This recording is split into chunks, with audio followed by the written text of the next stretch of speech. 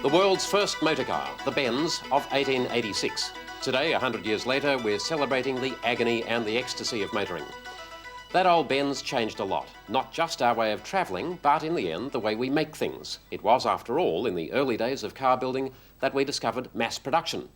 In Australia, this says it all. The FX, the first Holden, the 1948 symbol of our manufacturing maturity. Incidentally, that coveted collector's item, the FJ, didn't appear until 1953. So, in the year of the motor car's centenary and General Motors Holden's fourth $100 million loss in 6 years, here's the first episode of a two-part quantum special on what we used to call Australia's own car. Holden, you in my Holden, life is simply divine. All the world is fair, I'm a millionaire. On the road ahead, there's a happy sign. Australia's infatuation with the Holden began when this car, Holden No. 1, was launched by Prime Minister Ben Chifley in November 1948. Its arrival signalled the end of austerity, the end of rationing, and the start of a new and prosperous era. The baby boom, suburban sprawl, and corporate advertising at the movies. Ah, that was good. The boss seems pleased with me. Won't be my fault if he isn't. I have orders to please him for the rest of my days, and you bet I will.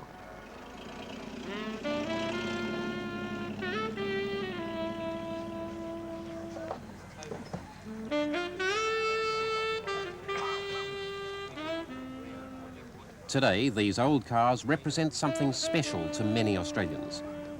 They symbolise a time when, as we proudly boasted, we lived in the best country in the world. When Australian-made for Australian conditions meant jobs for all. But why are these cars important? Why do we remember them so fondly? The fact that we could make this car showed that Australia's manufacturing industry had at last joined the modern age of mass production. What we tend to forget is that these first Holdens, although conceived in Australia, were designed and engineered for us by Americans, even though Australians had had the skills to make a car for many years.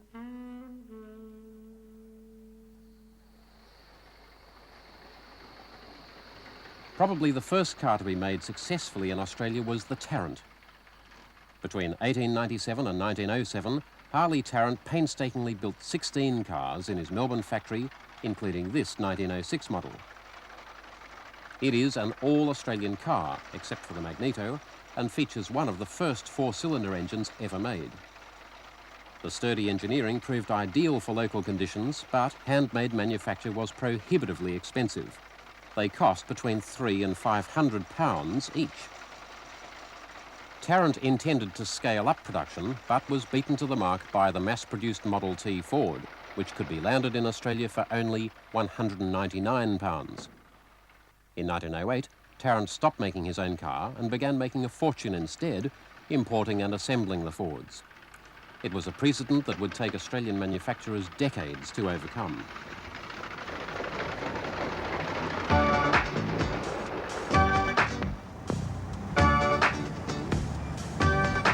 Cars are cars all over the world. Cars are cars all over the world. Similarly made, similarly sold. There are now over 8 million motor vehicles in this country, more than one for every 2 inhabitants. Today's cars cost, in real terms, about 1/10 as much as the handmade Tarrants. Cars have now become a disposable consumer item. Motor vehicles cost Australians $18 billion a year. It's not that the materials are expensive. A few hundred kilograms of steel, plastic, glass and rubber, that costs less than $300 per vehicle. But it requires the coordinated efforts of over 4,000 companies to make a car. This costs $3,000 to $5,000 per vehicle. It costs you 3 times that amount because of advertising, dealer markups, transport and tax. The crunch for the car makers is the tooling. To mass produce a car requires at least $1 billion worth of equipment.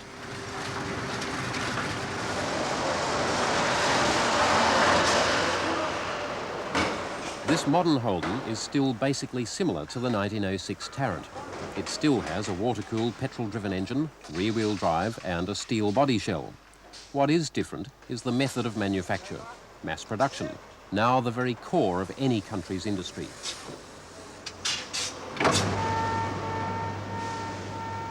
The growth of our car industry, the Holden story, is the industrial history of this country in microcosm. The Holden resulted from decades of gradual industrial development as we learned to mass produce the different parts which make a car. There were also rapid bursts of growth, but only when we were forced to make things on our own because of international crises. In the shipping crisis of World War I, German U-boats virtually isolated Australia from the Northern Hemisphere. This was indirectly responsible for our first steps in vehicle mass production. Cargo space became so tight that in 1917, Prime Minister Billy Hughes declared that for every 2 chassis imported, only 1 fully assembled car would be allowed in. Holden and Frost was one of many companies which began to make cabs for the imported chassis. The Adelaide-based company had made carriage bodies and mass-produced harnesses for the army. These high-volume production methods, with each worker making only 1 part of the harness, suited vehicle building. Holden's had a meteoric growth. In 1918, 20 workers produced 600 bodies, mainly by hand and with no production line. The workers moved from vehicle to vehicle. By 1924, Holden's had a new factory at Woodville in Adelaide. They were making 35,000 bodies a year for 20 makes of car, with, by this stage, a moving production line. The largest customer was General Motors Australia, for whom they were sole supplier. Vic Reeves' first job as a boy was as a motor trimmer. He recalls a certain attention to detail. Actually, from the rear up into this section here was manufactured at the Woodville plant. And the whole motor body is actually mounted on a wooden framework to which are nailed the various metal panels. Here's a very good example of the nailing of the metal panels to the stout wooden framework, and all the trimming was then also nailed to the wooden framework. The tradesmen were very meticulous with their work, to the extent that even the screw heads had to all line up in the one direction, and here's a very good example. Holden's maintained their market lead by using the latest technology. When solid roofs were introduced, welding was used for the first time to put them together. They were the first to use body presses, even though the steel had to be imported from Britain. On at least one occasion, when the shipping was held up, suburban Woodville's corrugated iron fences were plundered for the presses. Car sales continued to boom through the late 1920s, and as techniques improved, the cost of a car dropped to as little as £150. But in 1929, the Roaring Twenties collapsed into the Depression. Holden's, who had made 47,000 bodies in 1927, could only sell 1,700 in 1931. Hundreds of workers were sacked, and the factory stood virtually idle. Government money restrictions meant General Motors couldn't take any earnings out of the country. At the same time, Holden's, with their overcapitalised factory, faced bankruptcy. In 1931, it made sense for the 2 companies to merge into General Motors Holden's. Another crucial step in building a car was the growth of the component industry, which also dates from the Depression. Today, component manufacture is one of our big success stories. Over half the 22,000 components in this car come from independent Australian companies. In 1930, the Scullin government, desperate to boost local industry, placed selective tariffs on any components which could be made here. Bob Chamberlain is a pioneer of the components industry. These days, he and his brother Bill are restoring 2 1910 Tourers for the Benz centenary. In their heyday, however, the brothers ran Chamberlain Industries, producing tractors and machinery. They started out in the early 30s making pistons for their own racing car. The pistons worked, so they went commercial. We didn't know a great deal about it. The market was entirely for replacement purposes. There were no cars being built in Australia at the time, but there were cars of every make and model from all over the world. To service the entire industry, we had to make 400 different types of pistons. These were made all in small quantities. The usual procedure was for the people who wanted the part to say, well, this is the part that we've been importing. How much can you make it for in Australia?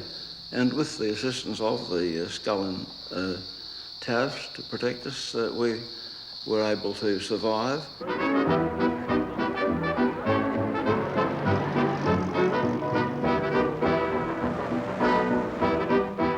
As Australia struggled out of the Depression, GMH continued to turn out bodies for many different makes of cars. But they could not make a profit. The Americans could not understand Holden's small-scale production methods, while the Australians couldn't follow the Americans' management logic. The General decided to appoint its whiz kid, Larry Hartnett, from Vauxhall in England, to either sort the company out or close it down. Well, I arrived here in March 1934, still a director of Vauxhall Motors, where I'd been for 4 years, getting the Bedford truck started. I had certain impressions about Australia that it was very heavily protected with a complicated tariff, and my instructions or request was that I should either make it go, this combination or combine between General Motors of Australia and the Holden Body Company, or close it down. It was in a very bad state. It was about 300,000 or 400,000 in the red ink pounds, that is. And I quickly changed my mind. I was very impressed with the work being carried out, particularly at Woodville in the body plant. Hartnett, a man of masterly management skills, quickly turned the company round. He restructured it, encouraged local efficiency, and stepped up training. His management style had quite an effect on the workforce. This dynamic little dynamo come rushing through like a shark with his pilot fish, flew through the place. He seemed to know what he was talking about, and then off he went. Don Jordan began work as an assistant draftsman at GMH in the mid-1930s. There was almost an evangelistic attitude in that whole drawing office, which was the hub, virtually at that time, of Holden's.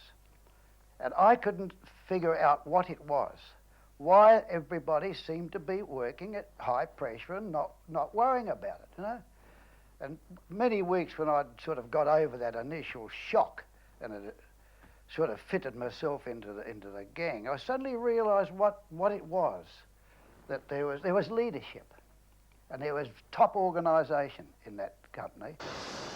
By 1935, Holdens were making 93 different body styles at once. This was clearly impossible using conventional methods, so they developed a technique of sharing body panels. A limited range of panels was made and were mixed and matched for different makes and models. The whole process was practical, economical, and gave the customer a wide choice. This was a major breakthrough in the world in bodybuilding. Clearly, the Americans couldn't understand, because the way they make a car is take a Chevrolet. I mean, they set up the tooling for a Chevrolet, and they make so many Chevs, till they amortise the tooling, and it might go for a couple of years, but nevertheless, they have to do an enormous quantity. Clearly, this couldn't work in Australia. We were making a broad spectrum of cars in small, flexible quantities by this technique of using virtually the one set of dies. From start to finish, all we got was a drawing of a chassis, and that's all we got. And the cars were made, the bodies were built, and they were put end on end, and waited for the chassis to come out, and when they came out, the cars were flopped on them, screwed down, and sold to the public. Highly flexible, highly skilled, and much cheaper that General Motors America could produce them for. Modern motor vehicle construction dates from the mid-1930s, when the wooden frame was abandoned by most makers. Now, even the chassis has been incorporated into the body structure. In 1936, the Woodville plant installed a huge Hamilton press, one of the largest ever made. It was big enough to press the entire top of a car in one piece. The first all-steel roof was pressed in Australia 12 months before it was accomplished by General Motors in America. They had teething troubles. The deep drawing steel was a little wonky for a while, but they got over it and just a bit of trial and error, and bingo, you had a new type of car. And I think at that time, probably Hartnett first conceived the idea in his own mind that Australia was capable of producing a car in its own right. Hartnett knew he had to plan for a future when cars would no longer have chassis. If the industry was to survive, we'd need to make the entire car here. So, when he supervised construction of the new GMH headquarters at Fisherman's Bend in 1936, he set aside an area where an engine foundry could be built. His confidence that Australia could one day make a car was widely discussed, though most experts, particularly from rival companies, were opposed to the idea. Why build cars here when they could be imported? Australian industry was much too primitive to build a motor car engine. Then, suddenly, we were at war, and alone again.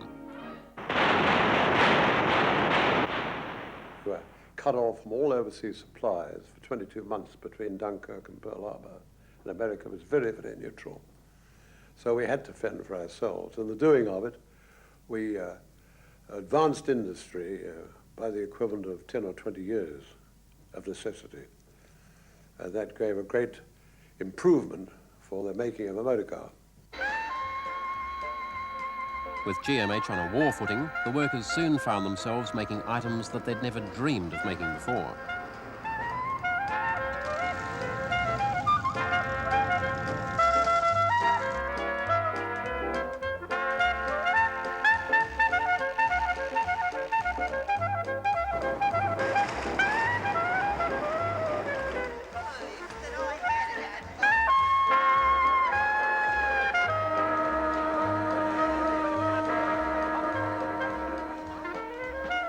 One of the first jobs was to build a de Havilland Gypsy aero engine, the first engine GMH had tackled.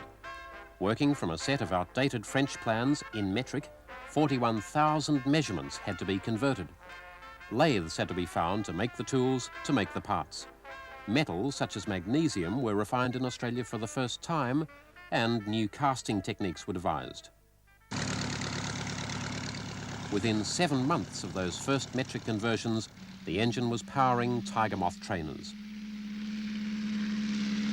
Most remarkable of all, though, was that 85 separate subcontractors made the components, and it worked first time.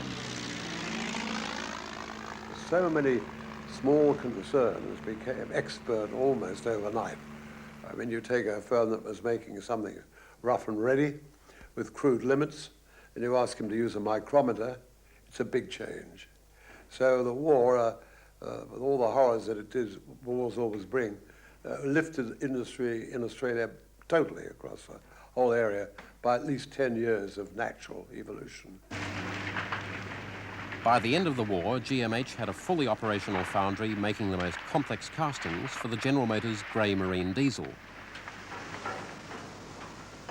Today's foundry bears little resemblance to those early efforts, but it was those initial steps which formed the backbone of engine production in this country. Australia now had all the skills needed to build its own car. As soon as the war was over, Ben Chifley's Labor government called for car makers to submit proposals to make an Australian car. Chifley was determined. If no foreign manufacturer would do it, the Australian government would. This suited Hartnett. His engineers had already been working on the car they thought Australia needed. It was to be called Project 2000. You pitch the design on a car and the volume you hope to get. That in turn reflects the income bracket. How much could a man afford in the volume class? Well, it worked out about 25 shillings a week, as much as he could spend on a car. And those days, that was a relatively high figure because the basic wage was about £6 a week. So that was a pretty chunky piece to say 25 shillings for a car. That included depreciation and all the things that went with it in operating. So the 6-cylinder seemed to be a mark of acceptance in Australia. So we start with a 6-cylinder car. Now, when you design a car, the most important thing is a power-to-weight ratio. So we picked on 2,000 pounds of weight. And then we decided on the track and the wheelbase and so on. Hartnett got the government go-ahead, but he still had to convince Detroit. The submission he took was for an Australian-made car with US-designed mechanicals and an Australian-designed body. I started by putting to them the characteristics and resources of Australia. Not one of them had ever been to Australia, so many things I said were a great surprise to them. Iron ore mining, they didn't realize that. Production of steel, probably good quality and the lowest price in the world at that time. Even in the war, we'd done optical munitions, optical instruments, manufactured in Australia, made for the war. Statistics of the car sales in the country, the wide variety of models we had to contend with. They didn't know that so much was being done in this country. The tendency to interpret Australia as a big country of open spaces with a man on a horse with a bunch of sheep in the background. And to find that we were producing steel and of a good quality at a low price, that in itself was amazing. General Motors President Alfred P. Sloan hated the whole idea and particularly hated the thought of being pushed around by the Australian government. Mr. Sloan was very anti-Australia. He was an extreme Tory, and everybody knew that. Even Roosevelt was an anathema to him. When it came to a fellow called Chifley and the socialist country of Australia, he had a fit about it. And asked me, was it true the Australian government in the main owned the railways? I said, yes, it's true. He said, what a goddamn socialist crowd that must be. I said, well, they even own the telephones. Well, that was almost rocked him on his chair.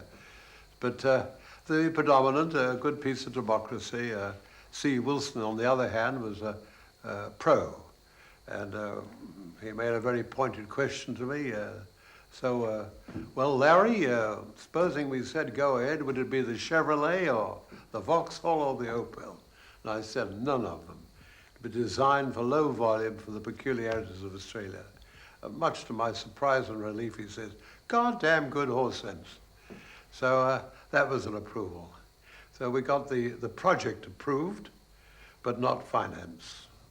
So, while the Australian designers began work, the question of finance was tackled.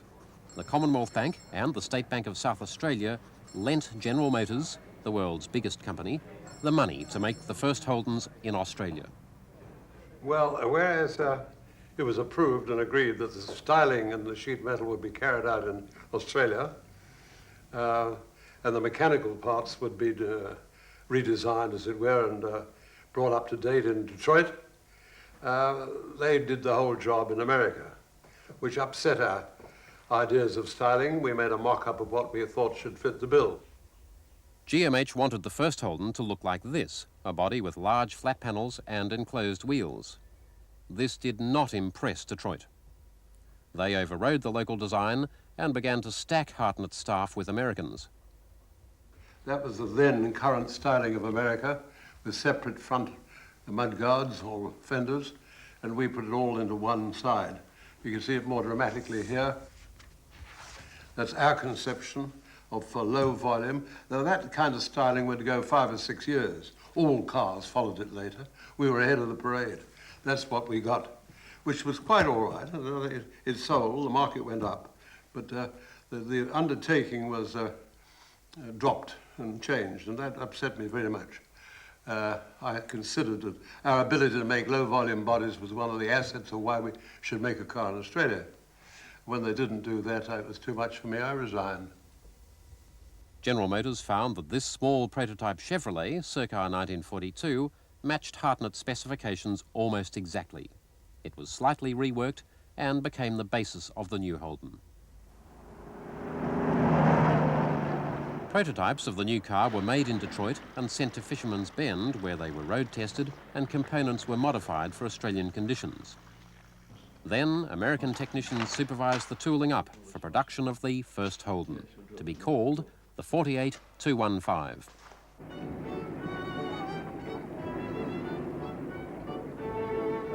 In November 1948, the first Holden was presented to the public. Everyone was there for the launch, except Sir Laurence Hartnett, who was not invited. The event was dignified with the air of a state occasion. It's the first really big public preview of this car, about which Australia has heard so much, and there's an air of excitement, and if I may say so, a thrill about it.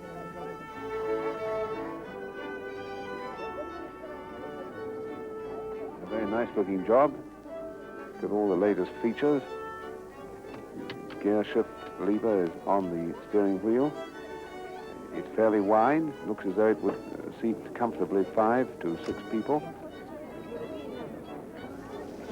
Very nice looking job. It's not unlike in appearance the small edition of Chevrolet. Very modern lines. It's really a beautiful looking job. Hartnett's gamble on a locally made car proved correct. The car was a huge success. More than 130 Australian-made cars coming off the production line every day. Proof positive of the tremendous progress of Australian industry, and in a country which 5 years ago couldn't make a car at all. The bodies, the so-called famous aero-built, the first in Australia without a chassis, were produced in the old Woodville plant and after trimming were sent to Fisherman's Bend in Victoria or assembly plants in the other states. At Fisherman's Bend, the engines and transmissions were built and tested using the latest technology. The previous decades of experience were finally paying off. A skilled labour force and up-to-the-minute production methods had combined to deliver an affordable car.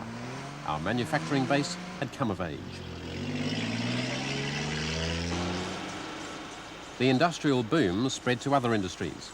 About 300 outside companies were contracted to make components for GMH. Instead of only being able to make pistons in their hundreds for replacement purposes, we were able to make pistons in their thousands, and by the time we had retired from our business in making pistons, we'd supplied 12 million pistons to General Motors alone.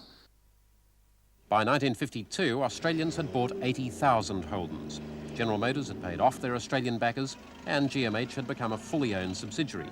In the suburbs, owning a Holden had become part of the great Australian dream. Now you can see what'll go in that boot of mine. Picnic gear, tents, lots of good eats, and sporting gear too. For most Australians, the arrival of the Holden wasn't just convenient, it was symbolic. This was becoming, after all, the lucky country. Boy, oh boy, what a life for these youngsters.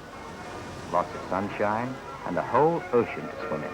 The thought that these children would live in a world of computer design, robots, and a Holden made in Japan would never have crossed Australia's mind. Holden, you in my Holden. You were meant to be mine. Next week, we'll continue the Holden story through the years of success to the present, a time when overseas competition and new technology threaten the very survival of the Holden and the entire Australian car industry. Sunny weather, troubles come.